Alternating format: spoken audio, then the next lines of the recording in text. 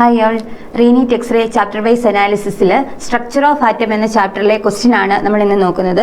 Structure of ആറ്റത്തിൽ നിന്ന് ചോദിച്ച question എന്ന് പറയുന്നത് റേഡിയൽ നോഡുമായിട്ട് റിലേറ്റ് ചെയ്ത ക്വസ്റ്റ്യൻ ആയിരുന്നു. 2 റേഡിയൽ നോഡ് വരുന്ന ഓർബിറ്റൽ ഏത് എന്നാണ് ക്വസ്റ്റ്യൻ.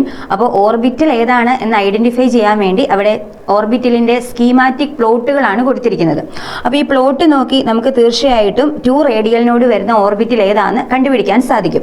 ഈ പ്ലോട്ടുകളിൽ നമ്മൾ കാണുന്നത് orbital wave function against distance from the nucleus, അതായത് R ആണ്. ഓക്കെ, അപ്പോൾ ഓർബിറ്റൽ വേവ് ഫംഗ്ഷനും distance from the nucleus R തമ്മിലുള്ള ഈ ഗ്രാഫിൽ നിന്ന് നമ്മൾ എങ്ങനെയാണ് റേഡിയൽ നോഡിന്റെ എണ്ണം മനസ്സിലാക്കുന്നത്? നമ്മുടെ റേഡിയൽ നോഡ് കണ്ടുപിടിക്കാൻ വേണ്ടി ഇത്രയും ചെയ്താൽ മതി.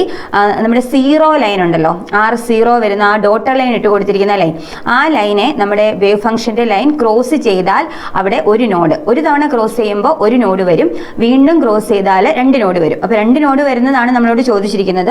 ഫസ്റ്റ് ഓപ്ഷൻ നോക്കുമ്പോൾ അവിടെ ക്രോസിംഗ് ഒന്നും നടന്നിട്ടില്ല, നോഡില്ല, ആ ഓർബിറ്റിൽ നോഡില്ല എന്നാണ്. 1s ഓർബിറ്റിൽ ആയിരിക്കും അത്. ഇനി സെക്കൻഡ് പ്ലോട്ടിലേക്ക് വരുമ്പോൾ B നമ്മൾ നോക്കുമ്പോൾ അവിടെ നമ്മുടെ വേവ് ഫംഗ്ഷന്റെ ലൈൻ നമ്മുടെ 0 ലൈനെ ക്രോസ് ചെയ്തിട്ടുണ്ട്, പക്ഷേ ഒരു തവണ മാത്രമേ ക്രോസ് ചെയ്തിട്ടുള്ളൂ, രണ്ടാമത്തെ തവണ ക്രോസ് ചെയ്തിട്ടില്ല. അതുകൊണ്ട് നമുക്ക് അവിടെ ഒരു റേഡിയൽ നോഡുള്ള ഓർബിറ്റിലാണെന്നേ പറയാൻ സാധിക്കുകയുള്ളൂ.